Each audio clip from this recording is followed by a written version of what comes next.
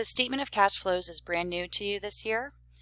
Students seem to find this the challenging of all the financial statements. So let's take some time to go over it.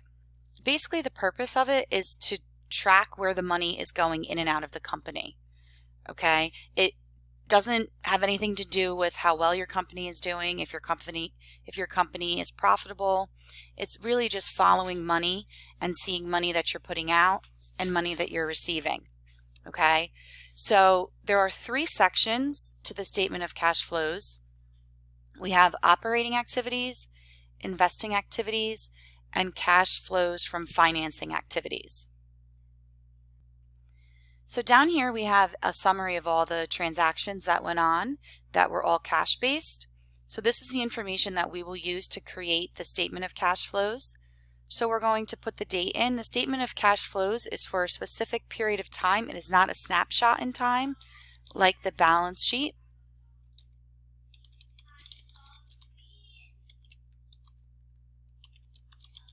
Okay, and the first section is our cash flows from operating activities.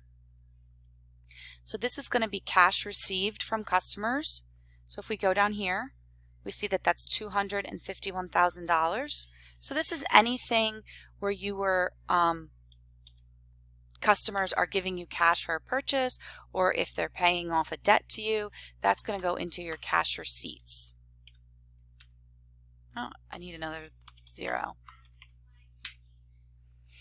All right, your cash payments are anything that goes out, any payment you make for expenses or a payment toward an account payable. All right, and here we see that the cash paid for expenses is $210,000. Now, cash payments are going to have a negative impact on the overall cash in your business. Okay, it's money that's going out. So anything on the cash flow statement that's going to be negative, that's going to come out of the cash that you have in the business, we're going to actually enter into the spreadsheet as a negative. And it's going to show up in parentheses. That's going to indicate to you that that is money flowing out. So now to get our net cash flow for operating expenses, we're going to take the cash received from customers and we're going to add. We're always going to add on the cash flow statement. And the reason we can do that is because we put this in as a negative.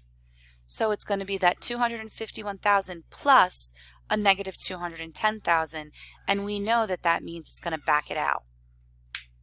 Okay, so we see that our net cash flow used for operating activities is $41,000. We're then going to go into the cash flows from investing activities, and this is going to be any cash transaction that was used for the acquisition and sale of relatively permanent assets. So these are like your big ticket items, things that you would buy, like such as land, which is what we have here, or big equipment, machinery. It's not going to be for your basic office supplies. All right, so for here we're going to put, we had land, a purchase of $80,000.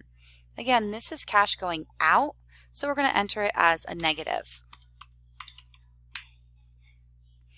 All right, and then we have our cash flows from financing activities, and if we look over here, that is anything that's in a cash investment by the owner, any borrowing or withdrawals of the owner. It's also going to include your dividends.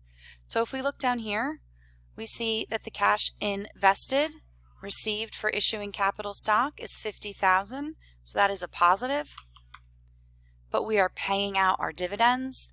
So again, we're going to enter that as a negative $30,000. And then to calculate our net cash flow used from financing activities, again, we will add them because we've already put it in as a negative. But when we look at it on our statement, we know that it's in parentheses, so that means it's going to be coming out. All right, so for this particular cash flow statement, we have what's called a net decrease. We actually put more cash out than we received. This does not mean that the business was not profitable. It just means that we used more cash, okay? So what we're going to do, we're going to say equals cash flow from operating. We're going to add our negative $80,000, and we're going to add our positive $20,000. to see that we had a net decrease of $19,000. Again, this has nothing to do with how well the company is performing. It just tells us that we put more cash out than we actually received. We received assets. We got $80,000 in land, okay? Companies can also have a net decrease but still be profitable if they have accounts receivable going up, okay? They're making the sales, they're making the money, they're just not getting the cash. So again, I can't stress it enough, the statement of cash flows does not have anything to do with the health of the company. It's literally just tracking the cash in the company. Okay, so to get to our cash as of April 30th, 2012, we have to go back and enter our cash as of May 1st, right, the previous year, and we see that that was $72,050.